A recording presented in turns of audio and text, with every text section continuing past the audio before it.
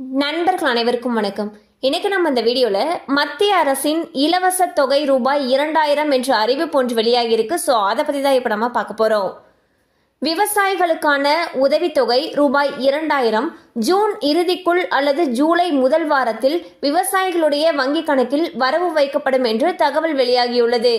PM Kisan திட்டத்தில் விவசாயிகளுக்கு ஆண்டுதோறும் 3 தவணைகளாக 6000 ரூபாய் வழங்கப்படுகிறது.